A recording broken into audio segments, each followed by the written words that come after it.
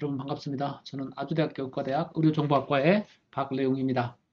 오늘 저는 공통 데이터 모델, 커먼 데이터 모델에 대한 개념과 그 역사에 대해서 말씀을 드리고자 합니다.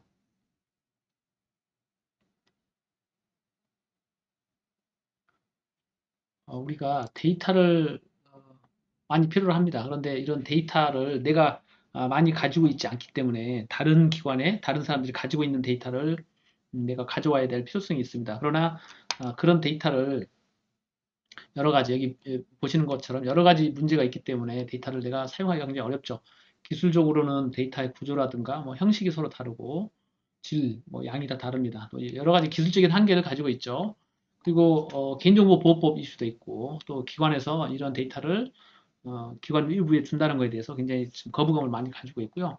근본적으로 데이터를 가지고 계신 데이터의 거버넌스가 있으신 분들이 자신의 데이터를 남한테 주는 거에 대해서 굉장히 꺼려합니다. 이런 것들이 혹시나 일단 자산으로 인식하는 경향이 있고요. 그리고 이런 것들이 또 자신에게 불리하게 사용될 수도 있고 뭐 이런 이슈들 때문에 남이 가진 데이터를 내가 공유해서 사용한다는 것들은 근본적으로 굉장히 어려운 것들이죠. 그래서 이제 그러면 우리가 이런 데이터를 그러면 공유하지 말고 결국 우리가 데이터를 필요로 하는 이유는 내가 어떤 의사결정을 내리기 위한 근거가 필요하기 때문인 거거든요. 그러면 데이터를 공유하지 말고 근거를 공유하면 어떨까라고 하는 게 이제 이 분산 연구망의 기본적인 아이디어입니다. 여기 보시는 것처럼 뭐 병원이 A 병원, B 병원, C 병원이 있으면 병원이 가지고 있는 데이터의 구조와 의미가 다 다른데 어떤 연구에 스페시픽한 어떤 연구에 맞춰서 데이터를 추출하고 공통화하고 그러는 게 아니고 그 기관에서 가지고 있는 데이터 전체, 그러니까 소위 그 EMR이 되겠죠. EMR 전체에 대해서 데이터 구조라든가 의미를 다 똑같이 만드는 겁니다. 그래서 A병원, B병원, C병원의 데이터 구조 의미를 똑같이 만들고 자, 그 상태에서 이 데이터를 기관 외부에게 주는 게 아니고 이 데이터의 구조하고 의미가 같으니까 이걸 분석하는 프로그램을 만들어서 이 기관 외부에 있는 연구자가 그 프로그램을 만들어서 A병원, B병원, C병원으로 프로그램을 보내주는 겁니다. 그럼 프로그램 이 기관 관리자는 이 분석 프로그램을 받아서 뭐 카피 앤 페이스트 엔터 누르면 어떤 특정한 시간이 지나고 나면 분석이 돼서 최종 결과가 나오겠죠. 그래서 분석된 그 결과만 그 결국은 이런 매크로 데이터죠. 통계 처리된 결과치 요거만 연구자에게 외부 연구자에게 돌려주는 겁니다. 그렇게 되면 이 연구자는 기본적으로 이 데이터를 이 원천 데이터를 들여다볼 수는 없는 거죠. 그래서 프로그램 보내주고 분석된 결과만 받게 되는 거니까 민감한 개인정보 유출은 근본적으로 있을 수가 없고요. 그럼에도 불구하고 여러 기관 데이터를 분석할 수 있게 되는 겁니다. 그리고 이렇게 한번 분석에 사용된 코드, 분석 프로그램은 한 번만 쓰는 게 아니고 그 이후에 유사한 연구를 할 때 그 코드를 공유하면 약간만 고치게 되면 다시 재사용할 수 있게 되겠죠. 그래서 전체적인 이런 작업 프로세스 노동력을 굉장히 많이 줄일 수가 있는 장점이 있습니다. 이 커먼 데이터 모델이라고 하는 거는 일반명이라고 보시면 돼요. 그래서 커먼 데이터 모델을 추구하는 기존의 여러 컨소시엄들이 존재했습니다. 뉴욕 CDRN이라든가 피스캐너, 그다음에 이제 제가 오늘 소개시켜드릴 오디세이, 뭐 피코리넷, 패트넷 여러 가지가 있었고 지금 이제 그 중에서 가장 도미넌트한 거는 오디세이라고 얘기를 할 수 있고 이제 오디세이가 유일한 인터내셔널이면서 오픈 커뮤니티다 이렇게 얘기를 할 수 있겠습니다. 어, 오디세이는 2010년에 미국 FDA의 그 펀딩을 받아서 결성된 그 오맙이라고 하는 그 전구체가 되겠죠. 그 이전에 전신이 됐죠. 오맙이라는 게 있었고요. 이 오맙이 2010년에 시작을 해서 2013년까지 수행을 하고 이제 이 오맙은 종료가 됐죠. 오맙은 근본적으로 이런 약물 부작용, 그 파마코 비질런스를 위한 대규모 데이터 처리 방법 뭐 이런 것들을 만드는 게 기본 목표였습니다. 그래서 이 오맙에 참여했던 연구자들이 모여서 자율적으로 그 이 오맙에서 만들어 놓은 여러 가지 플랫폼과 데이터 구조라든가 이런 것들을 자율적으로 더 이제 발전을 시키기 위해서 자율적으로 구성이 된 게 오디시다. 보시면 되겠습니다. 2014년도에 오디시가 결성이 됐고요. 이제 그 당시 2010년부터 수행된 오맙에서 뭐 여러 가지 이런 메소드를 만들어냈습니다. 이런 대규모 약물 부작용을 감시하기 위한 뭐 이런 기존에 알려진 거죠. 프로포셔널 레프팅 레이쇼라든가 감마 포화성이라든가 뭐 이런 것들, 템포럴 패턴 디스크 이런 것들이 있었던 것들을 데이터 정규화, 그다음에 용어의 정규화, 그다음에 대규모 분석 방법론들을 만들어내는 게 당시 목표였습니다. 뭐 이런 여러 가지 툴들을 만들었고요. 이제 이것들이 그대로 오디시에 전승이 된 겁니다. 그래서 오디세이가 2014년도에 결성이 됐고 그 당시에 이제 처음 시작은 작게 했고 주로 미국 중심으로 이루어졌었지만 그 이후로 계속 많은 국가들이 참여하게 됨으로써 현재는 이제 20개국 이상의 현재 40억 명 이상의 데이터가 CDM으로 변환이 되어 있고요. 그 다음에 개발자들 3천 명 이상의 개발자들이 참여하고 있습니다. 그래서 이 기본 오브젝티브가 혁신성, 재현성 굉장히 중요한데 재현성 어떤 연구 결과에 대해서 반복적으로 데이터베이스를 다르게 해서 반복적으로 해도 똑같은 결과가 나올 수 있게 공동체적 정신, 협력 정신, 개방성 매우 중요한 정신, 개방성, 선행의 정신 이런 것들이 그 근본적인 철학입니다. 2014년도에 컬럼비아 대학, 뉴욕에 있는 컬럼비아 대학에서 첫 번째 페이스 투 페이스 미팅이 있었고요. 저도 그 당시 참석을 했습니다. 이렇게 잘 안 보이긴 하는데. 그래서 그 이후로 이제 계속 발전을 했고, 현재 FDA나 NCI, NIH, 이머지에서 OMAP CDM을 표준 모델로 채택을 하고 있고요. 그 다음에 여러분 잘 알고, 알고 계시는 유전체 100만 명 모으는 사업, All of Us라고 하는 프로젝트에서도 OMAP CDM을 표준 모델로 채택을 하고 있습니다. 그 다음에 유럽에서도 에덴 프로젝트가 2018년 말에 출범을 해서 12개국 데이터를 표준화시키는 프로젝트가 출범이 돼서 진행을 하고 있고요. 뭐 독일이나 덴마크에서도 표준 모델로 채택을 하고 있습니다. 저는 이제 오늘 기본적으로 이렇게 소개만 좀 드리려고 하고요. 이 OMAP CDM은 버전 1부터 출발을 해서 현재 OMAP 버전 6까지 있고 지금 현재 가장 많이 쓰이고 있는 건 5점대가 가장 많이 쓰이고 있습니다. 보시면 환자 정보에 대한 데이터, 뭐 임상 데이터로서 관찰 기간, 환자 관계 정보, 비짓을 한 유닛으로 하거든요. 그러니까 유닛이 아니고 기본 단위라고 보시면 돼요. 비짓을 기본 단위로 해서 수술 처치, 약물에 대한 거, 장치 재료, 상태, 노트, 관찰, 진단 검사 결과, 사망 정보, 그다음에 관계 정보를 포함하고 있고요. 병원에 대한 데이터, 돈에 대한 거죠. 원무 데이터, 그다음에 연구에 대한 것들입니다. 추출 요소가 있고 표준 용어가 있고 여기 표준 용어는 컨셉이 한 400만 개 이상의 컨셉을 유니크 컨셉을 가지고 있습니다. 그래서 이 옴업 CDM은 특징을 보면 분석에 특화되어 있다라는 겁니다. 그래서 뭐 진료를 위한 거나 이런 데이터를 주고받거나 이런 것들을 기본 목표로 하는 건 아닙니다. 옴업 CDM을 통해서 그런 것들을 못할 것은 없는데 탄생된 그 근본 배경은 분석에 특화되어 있다. 그것도 대규모 분석에 특화되어 있다. 그래서 뭐 의약품, 의료기기, 백신에 대한 부작용이라든가 뭐 비교 효과 연구, 경제성 평가, 의료 질평가, 임상 연구, 신약 개발 그리고 이제 여기에 뭐 인공지능 기반의 뭐 어떤 알고리즘, 그러니까 소위 그 페이션트 레벨 프레딕션 PLP라고 하는데 PLP에 대한 뭐 인공지능 알고리즘 만드는 것들에 특화되어 있다. 굉장히 가벼운 구조를 가지고 있습니다. 테이블이 21개고 고유 필드로만 따지면 178개밖에 되지 않는데 그럼에도 불구하고 충분한 표현력을 확보하고 있습니다. 왜냐하면 저희가 오맙 버케블러라는 걸 우리가 오맙 버케블러라는 걸 가지고 있는데 거기에 유닛 컨셉 400만 개 이상이 있어서 그것들 매핑을 통해서 굉장히 다양한 것들을 표현할 수 있는 구조로 되어 있습니다. 그리고 이제 국제 표준화이고 되어 있고 디팩터죠. 산업형 표준 개방형 플랫폼이다. 라는 겁니다. CDM이 이제 바뀐 걸 보면 2009년도에 처음에 만들어졌어요. 오마압이라고 하는 프로젝트는 2010년에 출범을 했는데 그 이전부터 이런 준비를 했었죠.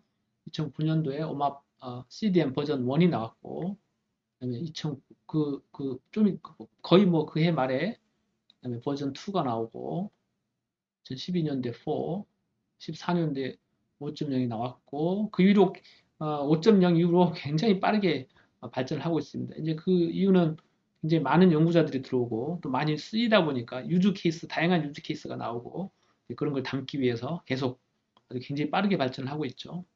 2018년도에 서베이라든가 뭐 코드 리절트 이런 것들이 들어가게 됐고요.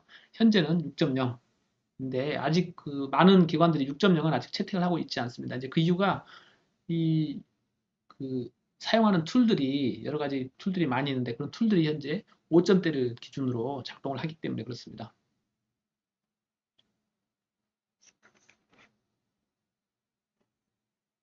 네, 우리 한국에서는 산자부 또 복지부의 지원을 받아서 우리가 피드넷이라고 하는 플랫폼을 개발했고요. 작동되는 방식은 이렇습니다. 병원 안에 여기서 보이는 것처럼 이제 시스템이 구축이 되어 있고요. 이 클라우드 상에 있는 포털을 통해서 연구자가 계정을 만들고 접근을 합니다. 그러면 이제 연구 요청을 이 안에서 할 수 있고요. 이 연구 요청에 따라서 분석 프로그램을 자기가 직접 만들어도 되고 또는 이제 이런 걸 전문적으로 만들어지는 동료라든가 회사라든가 이런 도움을 받아서 분석 프로그램을 만들게 됩니다. 그럼 이제 분석 프로그램은 지금 현재 참여하는 병원으로 저절로 들어가고요. 그 기관에서 포괄적 승인을 할 수도 있고 또는 이제 건건히 승인을 할 수 있습니다. 컴퓨터를 통해서 승인을 하게 되면 그 분석 프로그램이 그 병원 안에 있는 서버에 전달이 되고 분석이 되고 최종 분석 결과에 대해서 포괄적으로 승인을 하든지 아니면 건별로 그 해당하는 데이터 파트너 그 병원에서 승인을 하면 분석된 결과가 연구자에게 반출되는 이런 구조를 가지고 있습니다. 그래서 이 연구자는 내가 데이터가 없음에도 불구하고 내가 필요로 한 여러 다기관의 데이터를 분석해서 결과를 얻을 수 있게 되는 거죠. 아까 제가 앞에서 우리가 왜 데이터가 필요한가에 대해서 말씀을 드렸는데 데이터가 우리가 필요한 게 아니에요. 에비던스가 필요한 겁니다. 의사결정을 내리기 위한 에비던스. 그래서 우리가 이거를 분산연구망 또는 에비던스 쉐어링 플랫폼이다 이렇게 이야기를 합니다. 자, 이렇게 하려고 하면 병원 안에 있는 데이터를 CDM으로 변환을 해야 돼요. 그래서 이제 이 절차는 뭐 많이 표준화가 됐습니다. 그전에는 굉장히 많은 어려운 점들이 많이 있었습니다만 이제는 벌써 거의 한 40개 가까이 정도 되는 병원들이 CDM으로 이제 CDM으로 변환을 하고 그다음에 그것도 이제 뭐 1차, 2차, 3차 또 이렇게 하다 보니까 이제 굉장히 많은 경험이 쌓였습니다. 그래서 보시는 것처럼 이건 사전 준비 인프라 구축하고 ETL은 Extraction, Transformation and Loading의 약자인데 데이터 변환해서 추출해서 그 새로운 DB에다 심는 거죠. ETL 설계하고 잡 개발해서 CDM 변환하고 질검증, 데이터 검증하는 이런 절차를 거치게 되어 있고 통상 이 과정이 약 한 3달 정도 걸리게 되는데 이제는 좀 더 짧게 뭐 짧으면 한 달 정도로 이렇게 줄일 수 있게 됐습니다. 그 안에는 이제 많은 부분들을 자동화시켰고 또 용어의 표준화에 대한 것들이 많이 진행이 돼서 그렇죠. 그래서 뭐 이런 형태로 되어 있습니다. 보시면 병원 안에 서버가 DB 서버 하나, 그다음에 이제 분석 서버가 하나가 들어가 있고 이게 이제 VPN을 통해서 중앙에 있는 포털과 연결이 되어 있습니다. 연구자들은 이 포털에 접속을 하게 되는 거죠. 어, 네, 이 숫자가 이제 저희가 워낙 빨리 바뀌어서 숫자가 계속 바뀌긴 하는데 약 한 30 몇 개 기관 정도가 변환 완료됐고 현재 6개 기관 변환 중에 있는 걸로 알고 있습니다.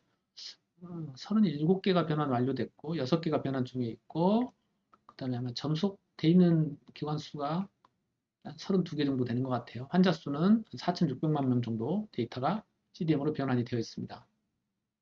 네, 여기 접속해서 보시면 피드넷닷컴 물론 이제 가입을 하셔야 되는데 현재 상황을 볼 수 있습니다. 현재 지금까지 이 안에서 이루어진 분석 건수는 약 한 5천 몇백 건 정도 됩니다. 한 5,600건, 뭐 400건 이쯤 될 것 같아요. 그다음에 이 연동된 기관 수는 32개 정도 됩니다. 네, 그래서 이제 오디세이가 제공하고 있는 여러 가지 툴들이 있는데 뒤에 나중에 이제 다른 강의에서도 설명을 좀 할 것 같은데 이런 아틀라스라고 하는 툴이 있고 아틀라스에서 이제 기본 데이터의 특징들을 보여주고 있습니다. 이제 메타데이터에 대한 특징을 보여주는 건데 이제 요거 이 주소 ami.aju.ac.kr 콜론 8080은 저희 아주대학교 병원의 EMR 데이터를 CDM으로 변환한 거를 이렇게 웹상에서 서비스하고 있는 겁니다. 이거는 이제 메타데이터인 거 이거 개인정보는 아니기 때문에 아예 오픈되어 있기 때문에 여기 들어가서 보시면 아주대의 데이터가 어떤 특징을 가지고 있는지에 대해서 인사이트를 얻을 수 있게 될 겁니다. 보시면 뭐 아주대병원에서 지난 22년 동안 유방암의 병원 유병률이 어떻게 되는지 이렇게 클릭해서 보시면 되거든요. 이게 컨디션이라고 하는 챕터에 보시면 거기에 그게 이제 진단명을 의미하는데 브레스트 캔서 보시면 40대, 50대에서 이렇게 6배 이상 20년 동안 증가하는 패턴 볼 수 있고요. 지금은 이제 보험공단에서 데이터를 이제 개방을 하지 않고 있는데 예전에 100만 명 개방했었을 때 그때 데이터를 가지고 보면 10년 동안 한 3배 정도 증가가 돼 있어서 이게 어떤 아주대만의 특별한 문제가 아니고 전국적으로 유방암의 프레발런스가 증가하고 있다. 그래서 한 아주대 병원만이 아닌 전체적인 문제라는 걸 우리가 분석을 하지 않고도 굉장히 빠른 시간 내에 이런 인사이트를 얻을 수 있는 겁니다. 네, 이 실제 이제 본격적으로 내가 원하는 특정한 설계의 분석을 하기 위해서는 이 아틀라스라는 툴을 써야 되고요. 이 주소는 지금 아마 작동이 안 될 겁니다. 아틀라스, 이건 아니고 오디세이에 가시면 ohdsi.org에 가셔서 거기에 소프트웨어라고 하는 섹션에서 그 아틀라스라는 게 공개되어 있거든요. 그걸 보시면 기본적으로 어떻게 작동되는지 한번 시험을 해보실 수 있을 겁니다. 그래서 이제 이 아틀라스가 이것도 굉장히 빠르게 발전하고 있는데 들어가셔서 데이터 소스 고르고 뭐 용어 내가 필요로 하는 그 데이터를 추출하기 위해서 어떤 데이터 컨셉을 써야 되는지를 정의할 수 있고요. 뭐 이제 코호트를 써서 내가 원하는 특정한 코호트를 추출하기 위한 것들을 정의를 할 수 있습니다. 보시면 이제 코호트에 가셔서 여러 가지 조합을 하게 되는 거죠. 내가 원하는 특정한 군을 추출하기 위해서 진단명 뭐 하나만 가지고 추출해서 굉장히 엉뚱한 결과가 나오게 됩니다. 왜냐하면 이제 소위 그 청구를 위한 코드들이 들어가 있다 보니까 현실과 맞지 않는 것들이 많이 있거든요. 그래서 진단명만 가지고 하면 안 되고 뭐 약물이라든가 여기서는 이제 타입 2 DM 당뇨를 뽑으려고 하는데 타입 2 DM 진단도 있어야 되고 약을 먹은 경우 처방이 있어야 되고 그다음에 이제 검사 결과에서 뭐 랜덤 글루코즈가 뭐 200 이상이 한 번 이상이 있거나 뭐 이런 식의 이런 오퍼레이셔널 데피니션을 내려야지만 내가 원하는 데이터를 추출할 수 있습니다. 이런 거 도와주는 툴들이 있는 거고요. 보시면 이제 이런 원하는 데이터를 추출하기 위해서 굉장히 복잡하게 되어 있지만 그렇지만 이제 그래픽 유저 인터페이스이기 때문에 이런 것들 따라서 여러 가지 조건들을 넣으면 클릭 해서 조건을 적용할 수 있게 되어 있습니다. 그럼 이 아틀라스 툴에서 사람이 읽을 수 있는 형태로 번역을 해주고 그다음에 내가 정의한 뭐 약간 당뇨 약이라고 했던 것들이 실제적으로 어떤 코드들인지 또는 뭐 헤모글로빈 당화혈색소라고 했던 것들은 어떤 코드들인지를 명확하게 명시적으로 표현을 해줍니다.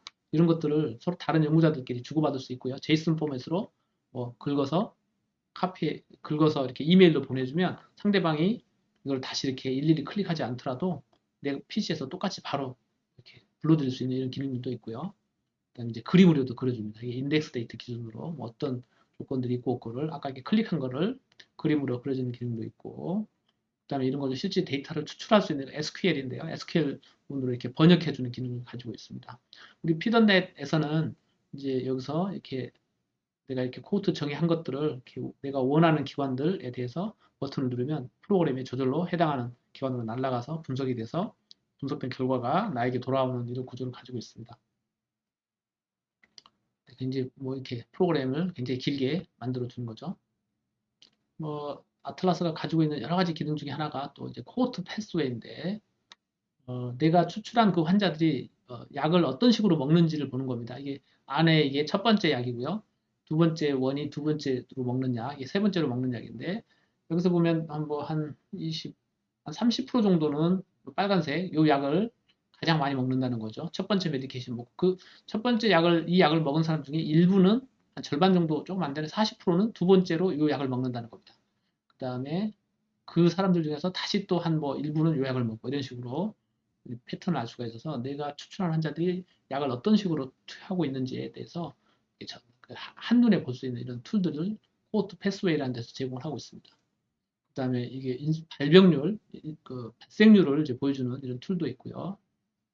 그 다음에 아까 말씀드린 것처럼 그 기계학습을 이용해서 예측하는 모델을 만들어주는 기능, 프레딕션이라고 하는 기능을 가지고 있습니다. 그 다음에 이 에스티메이션에서는 아마 다음 시간에 실제 예제도 좀 보실 수 있을 것 같은데 뭐 A약, B약에 대해서 C라는 아웃컴이 있을 때 A가 B에 대해서 C라는 아웃컴이 더 많이 생기느냐 적게 생기느냐 하는 것들을 실제 비교 분석할 수 있는 이런 툴을 제공을 하고 있습니다.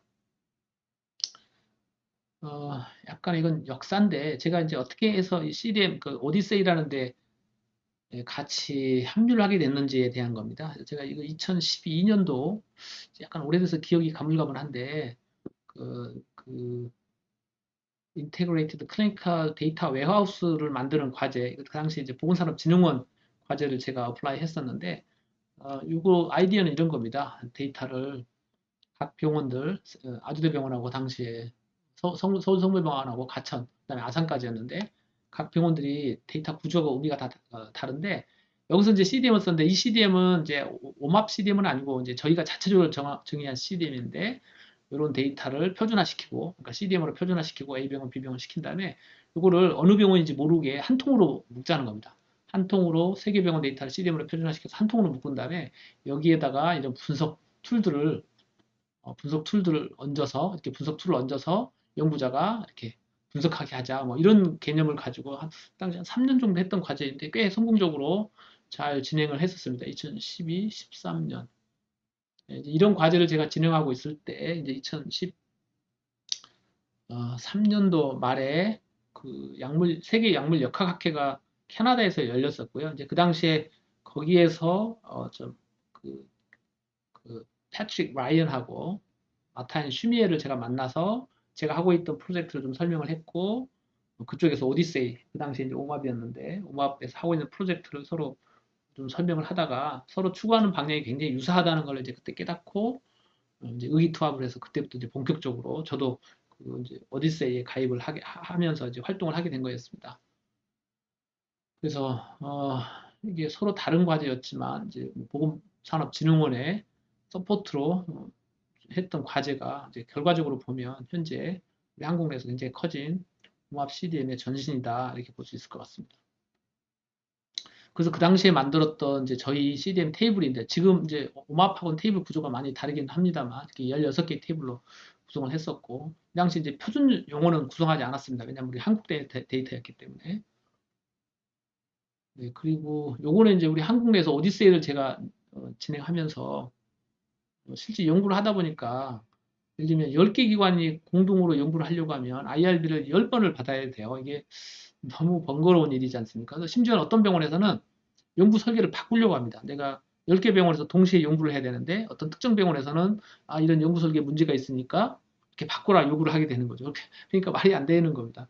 10개의 기관에서 똑같은 연구 설계를 가야 되는데 그래서 이제 그런 일들이 비일비재하게 일어났습니다. 그래서 도저히 안 되겠다 싶어서 연구 자유지대, Research Border Free Zone, RFG라는 걸 만들어서 두 가지 조건을 내걸었습니다. 하나는 원내 연구자에게 주어지는 권한하고 원외 연구자에 주어지는 권한하고 차별 대우를 하지 말자.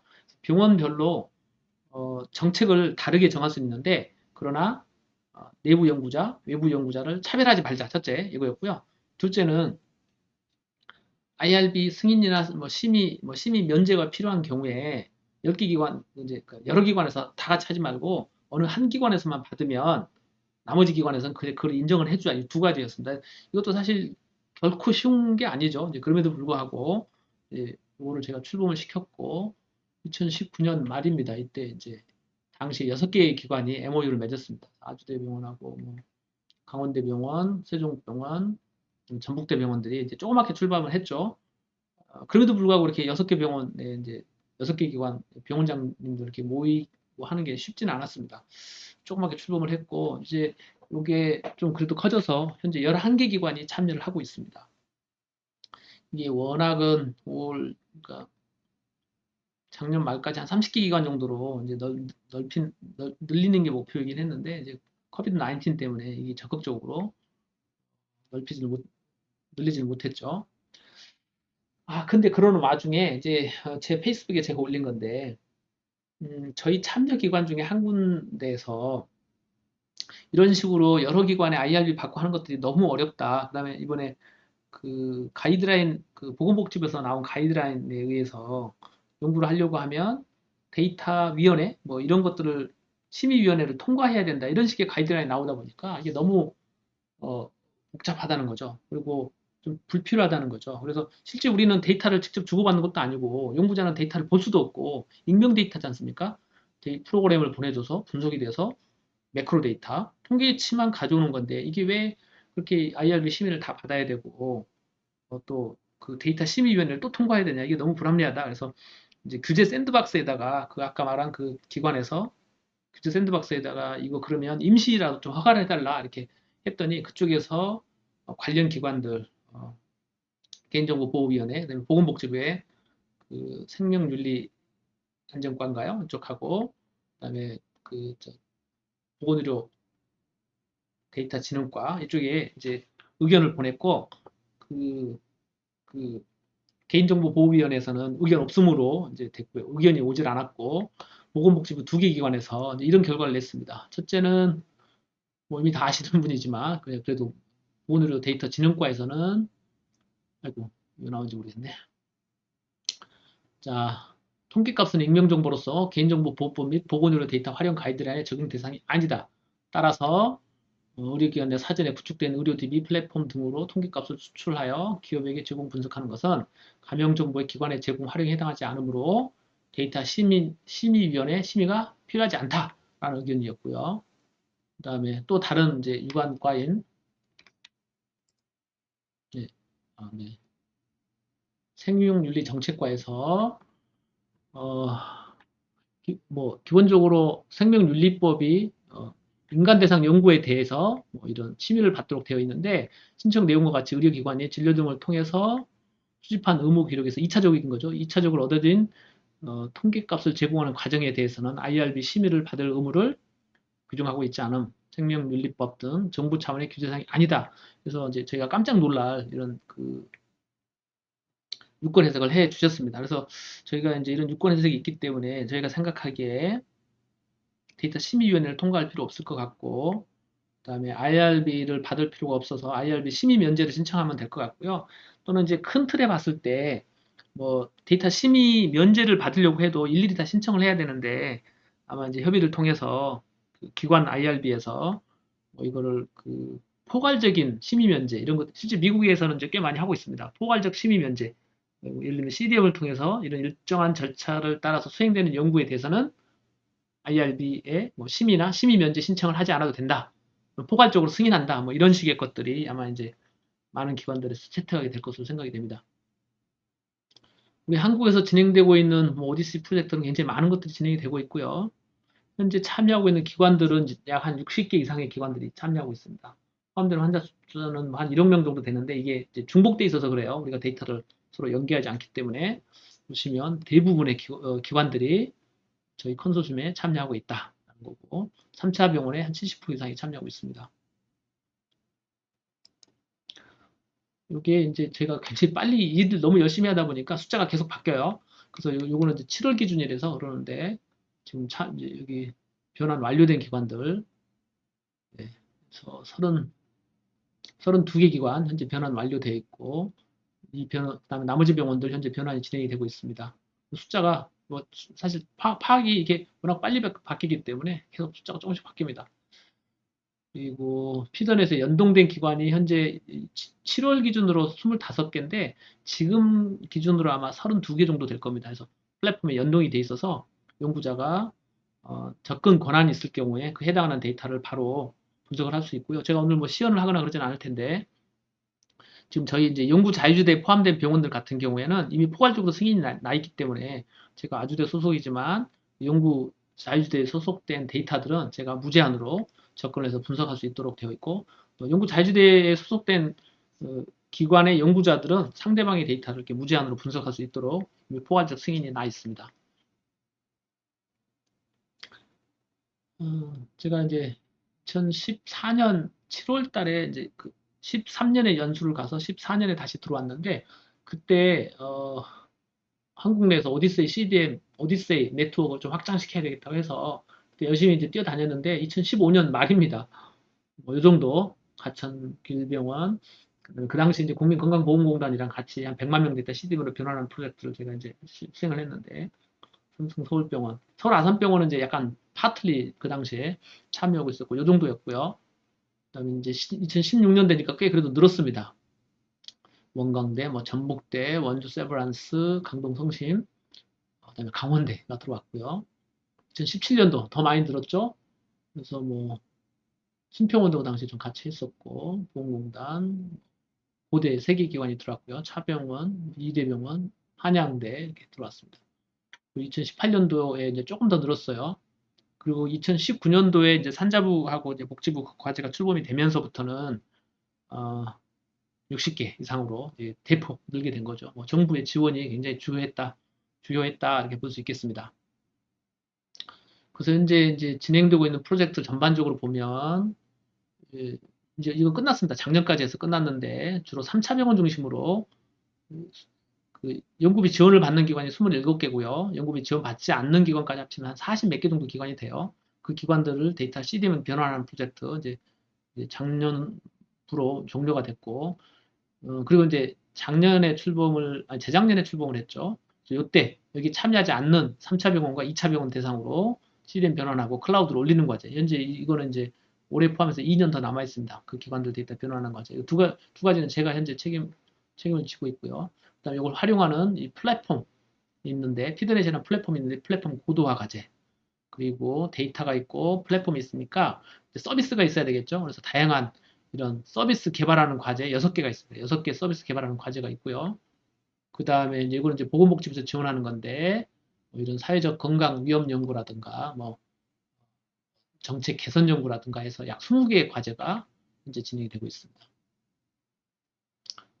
이 CDM 오디세이 아틀라스에 대해서 이제 본격적으로 이제 실제 써보려면 사실 좀 기술적인 장벽이 있거든요. 그래서 이제 더부고버 오디세이라고 하는 책이 영문판이 나왔고요. 제가 이제 3달 후에 한글판을 냈습니다. 그래서 오디세이 바이블이라는 책이고요. 이제 서점에서 팔고 있습니다. 그리고 인쇄는 다 전액 대한의료정보학회에 기부가 되고 있고요. 챕터를 보면 굉장히 다양한 내용들을 다루고 있어서 데이터 분석에 대한 전반적인 걸 다루고 있습니다. 그래서 오디세이 커뮤니티에 대한 거, 뭐 오디세이 어떻게 시작하는지, 오픈 사이언스가 뭔지, 그다음 공통 데이터 모델에 대한 거, 표준 용어에 대한 거, 추출 어떻게 할 건가, 분석 사례, 그다음에 분석 툴 어떻게 사용하는지, 실제 데이터를 다뤄야 되니까 SQL하고 R에 대한 거, 코호트 추출을 해야 되지 않습니까? 내가 연구를 하려면 연구 대상군을 뽑는 거, 코호트 만들기, 그다음에 이제 임상적 특성을 어떻게 분석하는지, 이게 이제 뭐 이게 PLP라고 이제 PL이 Patient Level Estimation, 그러니까 A약, B약 최대군에서 C라는 아웃컴이 어떻게 차이가 나는지 실제 연구는 이거죠. 이게 12번 인구 수준 연구가 실제 연구죠. 그다음에 환자 수준 예측, 아까 인공지능을 이용해서 예측 모형 만드는 거, 그다음에 이제 근거의 퀄러티에 대한 거, 데이터의 질, 임상적 타당성 어떻게 판단할 거냐, 소프트웨어 타당성. 그래서 이런 챕터로 구성이 되고 전반적으로 약 한 500 몇십 페이지 정도 되어 있습니다. 그래서 이걸 보시면 실제 이거를 이용해서 연구를 하시려고 하면 이 책을 보시면 도움이 많이 될 겁니다.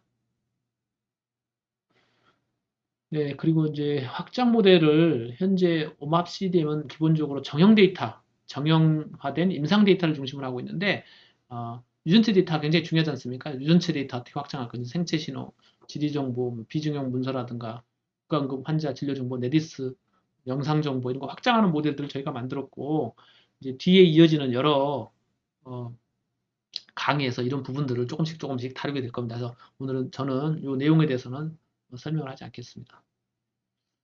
네, 옴업 CDM 뭐 처음에 아까 말씀드린 것처럼 2014년도에 첫 번째 페이스 투 페이스 미팅이 있었고 그때 이때 그 제가 이제 2013년도에 만나고 나서 이걸로 가야 되겠다고 해서 저는 이제 당연히 미국에 있었는데 그 당시에 이제 우리 한국에 남아있던 학생들하고 긴밀히 협조를 해서 제 아주대병원에 그 당시 약 한 20년치 정도 되는 데이터를 CDM으로 변환하고 그거를 가지고 이제 아킬리라고 하는 툴을 심어서 이 당시 페이스 투 페이스 미팅 처음 할 때 제가 처음으로 보였거든요. 근데 이게 세계 최초로 CDM으로 변환된 데이터 중에서 퍼블릭하게 오픈된 첫 번째 데이터였습니다. 그래서 이분들이 다들 너무 놀라서 본인들이 이제 이런 걸 만들고 주도했음에도 불구하고 데이터를 아킬리로 만들어서 공개한 데이터는 없었거든요. 그래서 그때 이제 엄청 굉장히 많이 주목을 받았었습니다. 근데 실제 이제 하는데 굉장히 어려운 점들이 많았던 것 중에 하나가 오합 버케블러리로 우리 한국에 있는 데이터를 변환을 시켜야 되는데 이게 정말 어려웠어요. 그래서 전체 데이터는 못하고 데이터 양을 기준으로 해서 한 90% 그러면 이제 실제 전체 용어의 한 20% 정도만 변환하면 데이터의 90% 정도 커버할 수 있거든요. 그래서 뭐 굉장히 고생을 많이 했습니다. 약물이라든가 진단명이라든가 이런 것들 다 매핑을 해야 되거든요. 우리 병원에서 쓰고 있는 것들이 국제 표준 용어랑 맞지 않으니까 그래서 그런 작업을 통해서 이렇게 했던 내용입니다. 그 이후로 뭐 이제 유럽에서도 오디세이가 결성이 됐고 뭐 대만에서도 만들어졌고요. 네, 중국에서도 만들어졌고 네, 중국에서 오디세이 이제 열심히 하고 있습니다. 뭐 19년도 있었던 거, 그다음에 이제 심포지움 계속 매년 열리고 있고요. 2019년도 열렸던 거고 미국에서 열렸던 거. 우리 한국에서도 한국 2017년도에 이제 오디세이를 열었었고요. 이제 외국 연자들 초청을 해서 2019년도에 오디세이 코리아 인터내셔널 했고 이때 한 330, 20개국에서 한 330분 정도 오셨습니다. 굉장히 성대하게 치렀던 거고요. 예, 그 당시 올해 근래 그래서 올해 훨씬 더 큰 규모로 할 수 있었는데 이제 코비드 19 때문에 어쩔 수 없었고 그다음에 유럽에서 작년이죠. 그러니까 작년에 유럽에서 그 유럽 오디세이를 열려고 했는데 코비드 19 때문에 열 수 없어서 온라인으로 스터디어선을 열었었고 3박 4일 동안 이때 한 300명 이상의 연구자들 참여해서 굉장히 많은 성과를 냈습니다. 코비드 19 데이터를 이용해서 여러 가지 분석을 했던 것들이고요. 네, 이상 제가 이제 OMAP CDM에 대한 거, 오디세이에 대한 거, 그다음에 OMAP에서 오디시로 바뀌게 된 거, 그다음에 기본적인 철학, 툴, 그다음에 표준 모델, 그다음에 한국에서 어떻게 이제 OMAP CDM이 이렇게 퍼지게 됐는지 뭐 이런 것들에 대해서 간략하게 말씀을 좀 드렸고요. 그 이외에 나머지 혹시 뭐 궁금하신 것들은 뒤에 강의가 더 있으니까 이제 다 들으시고 그래도 이해 안 되는 거 있으면 여기 연락처로 연락을 주시면 되겠습니다. 그리고 좀 더 기술적으로 내가 좀 더 잘 숙달되고 싶다라고 했을 때는 아까 오디세이 바이블이라는 책을 이용하시면 되겠습니다. 이상으로 강의를 마치도록 하겠습니다. 감사합니다.